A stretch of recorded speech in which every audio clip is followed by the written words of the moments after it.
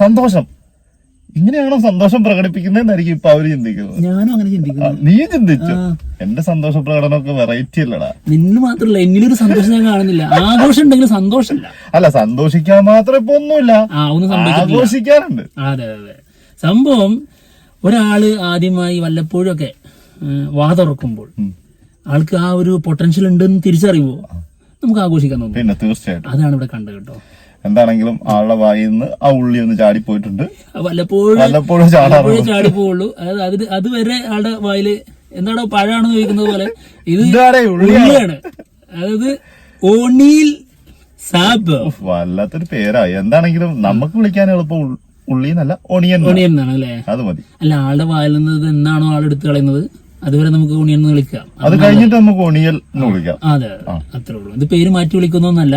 നമ്മൾ ചിലരെ വാഴ എന്ന് വിളിക്കാറില്ലേ, അതുപോലെ ഒരു സാധനം. വാഴ പോലെ ഒരു സാധനം. അതെ, വാഴ പോലെ ഒരു സാധനം. അത് ഉള്ളിയും വാഴയും തമ്മിൽ ഒരുപാട് ഡിഫറൻസ് ഉണ്ട്. പക്ഷെ വാഴ പോലെ സാധനം അല്ല, വലിയ ഡിഫറൻസ് ഒന്നുമില്ല. ഉള്ളിന്റെ തൊലി ഇങ്ങനെ പൊളിച്ച് കളഞ്ഞിട്ടുണ്ടെങ്കിൽ ഒരു കാമ്പ് കിട്ടാം. വാഴയുടെ തൊലി ഇങ്ങനെ പൊളിച്ച് കളയാം. അത് ശരിയാണല്ലോ അല്ലേ? സെയിം അല്ലേ? കറക്റ്റ് കേട്ടോ. ഏതാണ്ട് അടുത്തൂടെ ഒക്കെ പോകുന്നുണ്ട്. എന്തായാലും ഒണീൽ സാബു വല്ലപ്പോഴും സംസാരിക്കുള്ളൂ. അതുപോലെ ഇന്നലെ എന്തൊക്കെ വാ തുറന്ന് ഒന്ന് മൊഴിഞ്ഞു കണ്ടു. ഇന്നലെ തുറന്നിട്ടുണ്ട്. ലൈവിൽ പോലും കാണാൻ പറ്റാത്ത കാര്യങ്ങളാണ്. ആള് റിസർച്ച് ചെയ്തോണ്ടിരിക്കുകയാണ്. തെറ്റ് പറയാൻ പറ്റില്ല. എപ്പോഴും അടുക്കളയിലാണ് ഫുഡിനെ കുറിച്ച് റിസർച്ച്.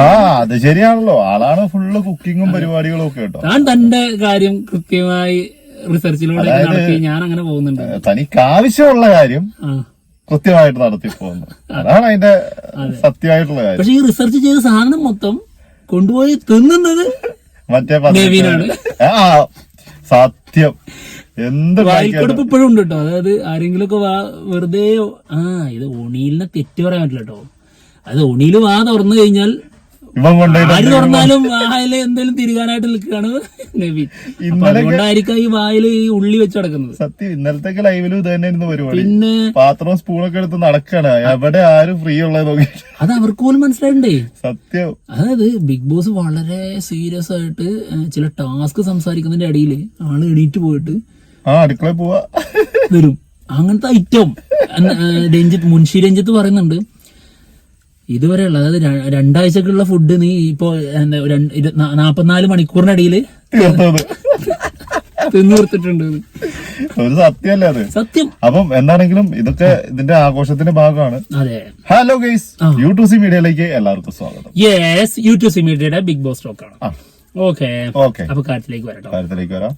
അപ്പൊ ഇതൊക്കെ പറഞ്ഞൊക്കെ കാര്യം തന്നെയാണ്. അതായത് ഞങ്ങളെ എന്തെങ്കിലുമൊക്കെ, അതായത് ഇത് ബിഗ് ബോസുമായിട്ട് ബന്ധമില്ലാത്തത് പോലും നമ്മൾ ആദ്യം തുടക്കത്തിൽ ചിലപ്പോ സംസാരിക്കും. അത് അവിടെ നടന്നതുമായി ബന്ധപ്പെടുത്തിയിട്ട് എന്തെങ്കിലും ആയിരിക്കും കേട്ടോ. അതായത് ഞങ്ങൾ ഇന്നലെ ബാത്റൂമില് മൂത്രയിക്കാൻ പോകുന്നതിന്റെ കാര്യത്തിനെ കുറിച്ച് പറഞ്ഞില്ലേ, അതൊക്കെ ഇതുമായിട്ട് കണക്റ്റ് ആണ്. എന്തുണ്ട് ലൈവ് കണ്ടവർക്ക് ചിലപ്പോ എല്ലാം പിടുത്തം കിട്ടും. ഓക്കെ. അപ്പൊ എന്തായാലും ഇതുപോലത്തെ ഒരു കാര്യം തന്നെയാണ് എനിക്ക് പറയാനുള്ളത്. ഒരു ഷെഡ്ഡി കേസാണ്. ഇന്നലെ നമ്മൾ പിടിക്കാത്തൊരു കേസാണ്. ഇന്നലെ മൂത്ര കേസായിരുന്നു, ഇന്ന് ഷെഡ്ഡി കേസ്. അതും തമ്മിൽ വാഴയും ഉള്ളിയും തമ്മിൽ ബന്ധമുള്ളത് പോലെ തന്നെ. അല്ല, വാഴയും ഉള്ളിയും തമ്മിലുള്ള ബന്ധം പോലെ അല്ല, അതിനേക്കാട്ടിലും ദൃഢമായിട്ടുള്ള ബന്ധമാണ്. അതായത് മൂത്രവും ഷെഡ്ഡിയും തമ്മിൽ. ഓക്കെ. അപ്പൊ എന്തായാലും ഷെഡ്ഡി കേസ് പിടിക്കാതെ പറ്റില്ല, കാരണം അത്രയും വലിയൊരു സബ്ജക്റ്റ് ആയി മാറിയിട്ടുണ്ട്. അതായത് ജിസേലിന്റെ ഷെഡ്ഡി പുറത്ത് കാണിച്ചു. സീനായി, ആകെ ചാറാക്കി.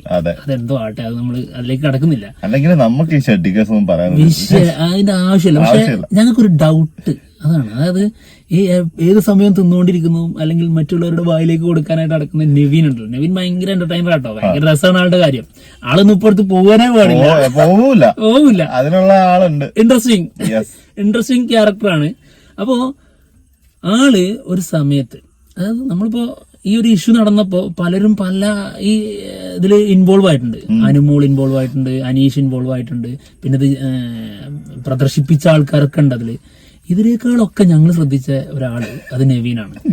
നെവീൻ ആ സമയത്ത് സംഭവം എന്താണ് ഇത്രയും പ്രദർശിപ്പിക്കാൻ ആ ഷെഡ്ഡിയിലുള്ളത്, ആ ഷെഡ്ഡിയുടെ പ്രത്യേകത എന്താണ്, അങ്ങനെ വലിയൊരു റിസർച്ച് നമ്മുടെ ഉണിയിൽ ഫുഡിനെ കുറിച്ച് നടത്തുന്നത് പോലെ ഷെഡിയിൽ ഒരു വലിയ റിസർച്ച് നടത്താനുള്ള തീരുമാനത്തിലാണെന്ന് തോന്നുന്നു. ഷെഡ് റിസർച്ചിലാണ്. അതെ, ആൾക്ക് പ്രത്യേകിച്ച് ഈ സ്ത്രീകളുടെ വസ്ത്രധാരണ രീതിയുള്ള ഒരാളാണ്, ഭയങ്കര ഇഷ്ടമുള്ള ആളാണ്, ആളും അങ്ങനെ ചെയ്യുന്ന ഒരാളാണ്. അപ്പൊ ആൾക്ക് ഈ അല്ലെ ആരെ ഷെഡിക്കും ഇല്ലാത്തൊരു പ്രത്യേകത എന്താണ് ജിസൈലിന്റെ ഷെഡിക്ക് എന്നുള്ള രീതിയിൽ അതില് കൂടുതൽ അറിയാൻ വേണ്ടിയിട്ട് എന്ത് ചെയ്ത് ജിസൈലിന്റെ പെട്ടി പരിശോധിച്ച് തട്ടി അപ്പുറത്ത് കിട്ടെ. എന്നിട്ട് അവിടെ ആള് പുതപ്പൊക്കെ മൂടി ഇതിനുള്ളിൽ എന്തോ ചെയ്തുകൊണ്ടിരിക്കുന്നുണ്ടായിരുന്നു. എന്താണെന്ന് മനസ്സിലായിട്ടില്ല. എനിക്ക് തോന്നുന്നു ഇന്ന് മിസ്സിംഗ് കേസ് ആയിരിക്കും. ഇന്ന് പ്രദർശിപ്പിച്ച ഷെഡ് ഇന്ന് കാണാൻ സാധ്യതല്ല. അത് മിക്കവാറും പിടിച്ചു വെച്ച് നോക്കിയാ ഇട്ടിട്ടുണ്ടോ, അത് ആളുടെ കയ്യിലുണ്ടാവും.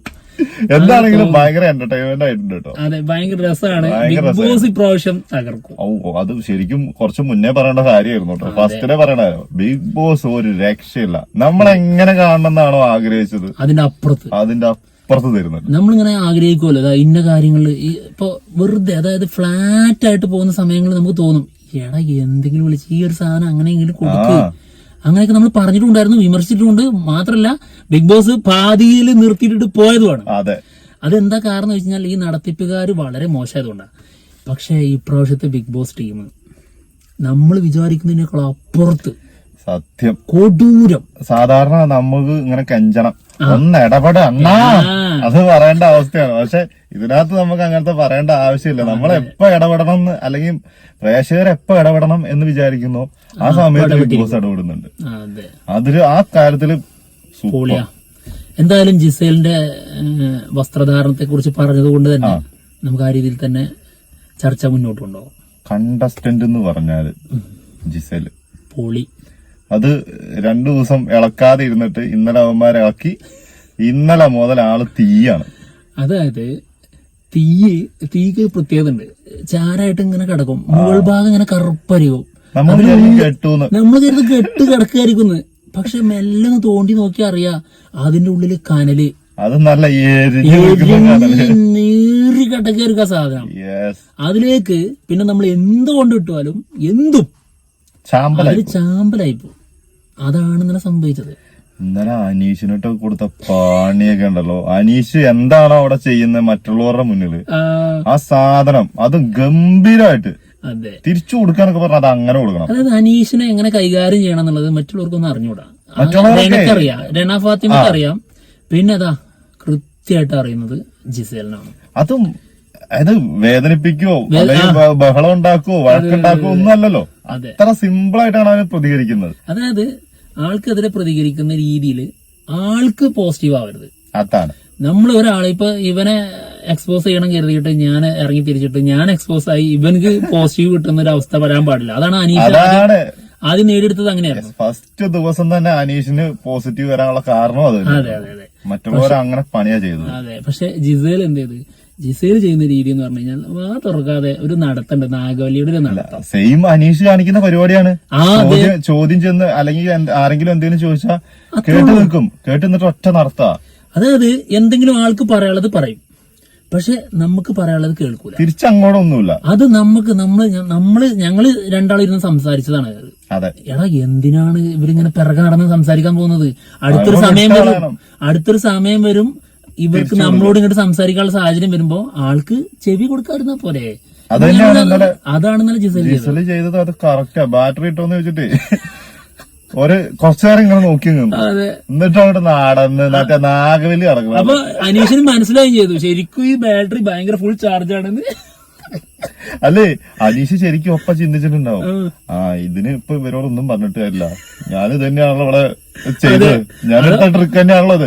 അത് മാത്രല്ല നടത്ത രീതി ഉണ്ടോ, പാവക്ക് ഒരു ഇത് കൊടുത്ത പോലെയായിരുന്നു. നാഗവല്ലി പോലെ ബാക്കിലേക്ക് കൈയൊക്കെ കെട്ടിയിട്ട് പുറകിലേക്ക് കുടിച്ചിട്ട് ഭയങ്കര രസമല്ലേ കാണാന്. പിന്നെ എന്തായാലും ജിസേല് തന്നെ സ്കോർ ചെയ്യും, തകർത്തോണ്ടിരിക്കുകയാണ്. ജിസേല് മാത്രല്ല നമ്മളൊക്കെ പ്രതീക്ഷിച്ചിരുന്ന ഒരു കാര്യം ഉണ്ടായിരുന്നു. അതായത് നമ്മുടെ ഷാനവാസും ജിസേലും തമ്മിലുള്ള അത് നേരിട്ടുള്ള ഒരു പ്രശ്നമായിരുന്നില്ല. അത് നോമിനേഷനില് ജിസേലിന്റെ പേര് പറഞ്ഞു ആര്, ഷാനവാസ്. നമ്മളത് വിമർശിച്ച് വീഡിയോ ചെയ്ത കേട്ടോ.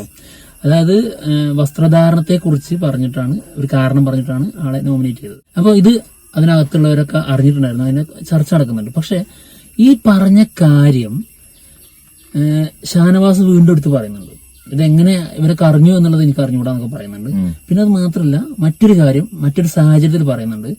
ഈ വസ്ത്രധാരണത്തെക്കുറിച്ച്, അതായത് പറഞ്ഞ രീതി, ഇപ്പോൾ നമുക്ക് എന്ത് എന്നുള്ളതൊക്കെ പോട്ടെ, ഇത് സാധാരണ ഇപ്പൊ മലയാളികൾക്ക് ഒരു പ്രത്യേകത ഉണ്ട് കേട്ടോ. അതായത് പുരോഗമനം പറയുന്ന ആൾക്കാർ മാത്രമേ ഇത് അക്സെപ്റ്റ് ചെയ്യുള്ളൂ, അല്ലാത്തവർ ഇത് നെഗറ്റീവായിട്ട് കരുതും. അപ്പോൾ നല്ലൊരു മത്സരാർത്ഥിയാണ്, ഇത് നല്ലൊരു കണ്ടസ്റ്റന്റ് എന്നുള്ള രീതിയിൽ തന്നെ ആൾക്കാരെ അക്സെപ്റ്റ് ചെയ്യണമെങ്കിൽ ഇതും കൂടി ശ്രദ്ധിക്കണം എന്നുള്ളൊരു സംഭവം ആള് പറഞ്ഞു കൊടുത്തത്. അത് ഷാനവാസിന്റെ ഭാഗത്തുനിന്നുള്ളത് പോട്ടെ, നമ്മളത് ശ്രദ്ധിക്കുന്നില്ല. പക്ഷെ ജിസൽ ഇത് എടുത്ത രീതി, അക്സെപ്റ്റ് ചെയ്ത രീതി ഉണ്ടല്ലോ, നമ്മളിത് പ്രതീക്ഷിക്കുന്നത് ഇത് ആളറിയുന്ന സമയത്ത് ആൾക്കെതിരെ പൊട്ടിത്തെറിച്ച് ഇത് ഇവര് തമ്മിൽ ഭയങ്കര ക്ലാഷ് ആവുന്ന ബഹളമാകും എന്നാണ് നമ്മൾ വിചാരിച്ചായിരുന്നത്. പക്ഷെ അത് ഹാൻഡിൽ ചെയ്ത രീതി ഉണ്ടോ, അതുകൊണ്ടൊക്കെ തന്നെയാണ് നമ്മൾ പറയുന്നത് കണ്ടസ്റ്റന്റ് എന്ന് പറഞ്ഞാൽ അതാണ് ക്വാളിറ്റി.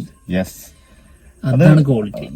അവിടെ കിടന്നിട്ട് ബഹളം ഉണ്ടാക്കലല്ലോ. അതെ, അതിന് ഏറ്റവും ഭീകര ക്വാളിറ്റി കാണിച്ചത്, അതായത് ഈ ആൾക്കൂട്ട വിചാരണ എന്ന് പറഞ്ഞ സാധനം ആ സമയത്ത്, അതായത് ഗ്രൂപ്പായിട്ട് അപ്പാനി ശരത്തിന്റെ നേതൃത്വത്തിൽ ഒരു ടീം വന്ന് ആൾക്കൂട്ട വിചാരണ നടത്തുകയാണ്. ഈ സമയത്ത് നമ്മൾ എന്തൊക്കെ ചിന്തിക്കണം, ആ ആൾക്കാരുടെ മൊത്തം ആംബിയൻസ് അവിടെ സൃഷ്ടിക്കുന്ന ഒരു സാധനം ഉണ്ടല്ലോ, അവര് തന്നെ ശരിയെന്നുള്ള സാധനം വരും അവിടെ.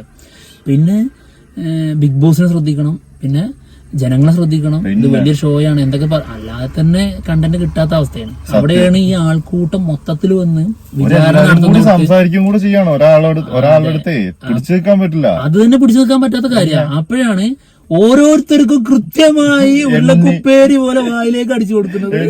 മറുപടി പറഞ്ഞു കൊടുത്തോണ്ടിരിക്കുന്നത്. അനുമോള് കയറി, അനുമോളാണെങ്കിൽ അവിടെ നിന്ന് കരഞ്ഞേനെ.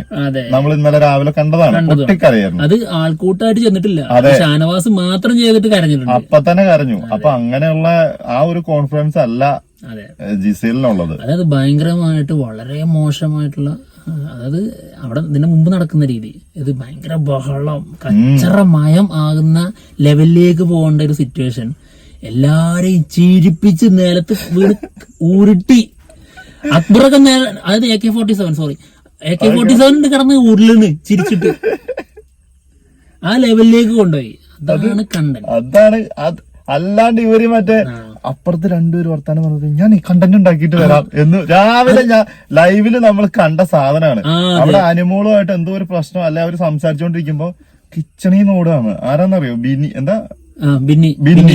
ബിന്നി സെബാസ്റ്റ്യൻ കിച്ചണീന്ന് ഓടുക.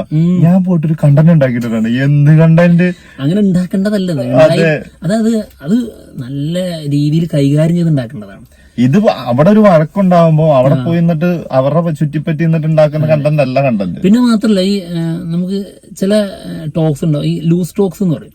നമുക്ക് ഒരു പ്രാധാന്യം കൊടുക്കാത്ത ചില സാധനങ്ങൾ ഉണ്ടാവും, കൊടുക്കണ്ടാത്തത് അത് കൊടുക്കൂല, അത് ശ്രദ്ധിക്കൂല, മറുപടിയേ കൊടുക്കൂല. പല സമയത്തും ഞങ്ങൾ ശ്രദ്ധിച്ചിട്ടുണ്ട്.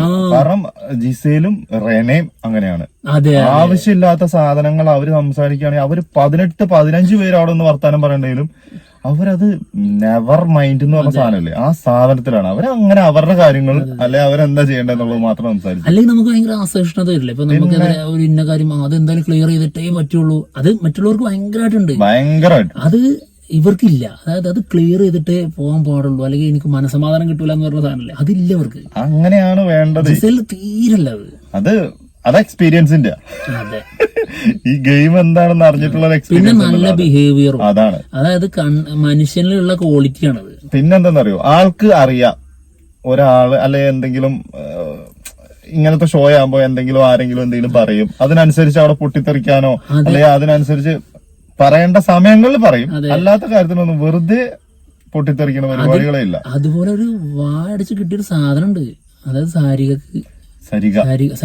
സരികനോട് പറയുന്നുണ്ടേ, ഇത് ബിഗ് ബോസ് ഷോയാണ് അല്ലാതെ സീരിയലല്ല, അമ്മായിമകൾ ഇവിടെ വേണ്ടാന്ന്. എന്തൊരു സ്ട്രോങ് ആയിട്ടുള്ള സ്റ്റേറ്റ്മെന്റ് ആണത്. അത് ഇപ്പൊ തന്നെ കൊടുക്കുകയാണെങ്കിൽ എന്താണെന്നറിയോ, കുറച്ച് കഴിയുമ്പോഴത്തേക്കും ഒരു സമാധാനം കിട്ടും. അല്ലെങ്കിൽ ഉണ്ടല്ലോ ഇവരൊക്കെ വളർന്ന്, അത് എനിക്ക് തോന്നുന്നു ഫസ്റ്റ് ഡേ തന്നെ മുൻഷീനെ അടിച്ചിരുത്തി റെന. ഇതേ സാധനമാണ് നമുക്ക് ഫീൽ ചെയ്തത് കേട്ടോ. അതായത് കൊടുക്കേണ്ട ആ സ്പോട്ടിൽ കൊടുത്തു, പിന്നെ മിണ്ടിയിട്ടില്ല. അതേപോലെ തന്നെ ഇവർക്കൊക്കെ ഇപ്പൊ തന്നെ കൊടുക്കണം. ഇല്ലെങ്കിൽ എന്താ കുറച്ച് കഴിയുമ്പോഴത്തേക്ക് ഇവരൊക്കെ അവിടുത്തെ മറ്റേ അപ്പൂപ്പനും അമ്മൂമ്മയായിരിക്കും. അത് ഇവര് പറയുന്ന പോലെ ആയിരിക്കും. പിന്നെ കൊടുക്കുക എന്നുള്ളതിനേക്കാൾ അപ്പുറത്ത് ഇതിൽ വേറെ സാധനം ഉണ്ട്. അതായത് ഞാനിവിടെ ബിഗ് ബോസ് കളിക്കുന്ന രീതി എങ്ങനെയായിരിക്കും എന്നുള്ളത് നമ്മളെ പറഞ്ഞ് മനസ്സിലാക്കി കൂടി ചെയ്തിരിക്കണത്.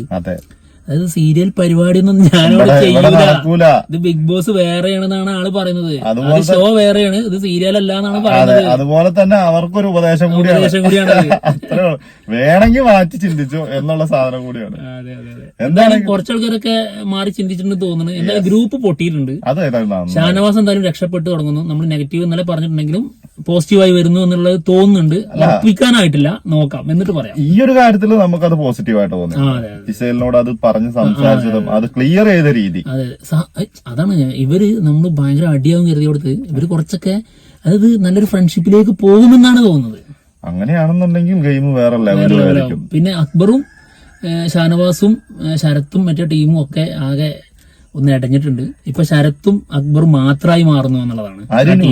ആര്യനുമില്ല. ആര്യനും ഏതാണ്ട്. പക്ഷെ ആര്യൻ എങ്ങനെയാണെന്നറിയോ, അതാത് സമയങ്ങളിലാണ് ആ ഗ്രൂപ്പിലേക്ക് ചേരുക. എപ്പോഴും കൂടെ നടക്കുന്ന ആളല്ല. അവിടെ നിൽക്കും, ഇവിടെ നിൽക്കും, അപ്പുറത്തും നിൽക്കും. അങ്ങനത്തെ ഒരു ഇതാണ് നമ്മൾ കണ്ടെടുത്തത്. ഒരു ക്വാളിറ്റി തീരെ ഫീൽ ചെയ്യുന്നില്ല. ഒട്ടും ക്വാളിറ്റി ഇല്ലാതായിട്ട് ചിലപ്പോ ഇന്നലെ മാറിയേക്കാം, നമുക്ക് പറയാൻ പറ്റില്ല. പക്ഷെ ആള് അതായത് 4 പേരെ പുറത്താക്കേണ്ട ടാസ്ക് കൊടുത്തില്ല. ആ സമയത്ത് ആള് ഇവിടുന്ന് തുടങ്ങി. അപ്പോ വളരെ പെട്ടെന്ന് ആളിലേക്ക് എത്തുമെന്നുള്ളത് കൊണ്ട് ആള് അവിടുന്ന് എണീറ്റിട്ട് ഇവിടെ വരാൻ അതായത് പേടി ആദ്യം എത്തപ്പോ നമ്മളെ കണ്ടിട്ടില്ലേ, ക്യൂ നിൽക്കുമ്പോ ആദ്യം തനിക്ക് ഇന്റർവ്യൂ കിട്ടുമ്പോ കരുതിയിട്ട് അയ്യോ വൈവേക്ക് ഉണ്ടെങ്കിൽ നമ്മൾ ബാക്കിലേക്ക് മറിഞ്ഞ ടൈപ്പ്. എന്താണെങ്കിലും സംഭവം ഗംഭീരമായിട്ട് വരുന്നുണ്ട് ബിഗ് ബോസ്. എന്തായാലും 3ാമത്തെ ദിവസമാണെന്ന് നോക്കാം നമുക്ക്. എന്ത് കാണിച്ചു തന്നില്ലെങ്കിലും നവീൻ എന്താണ് ജിസേലിന്റെ ബോക്സിൽ നിന്ന് എടുത്തതെന്ന് അറിയണം, അറിഞ്ഞിരിക്കണം അവിടെ.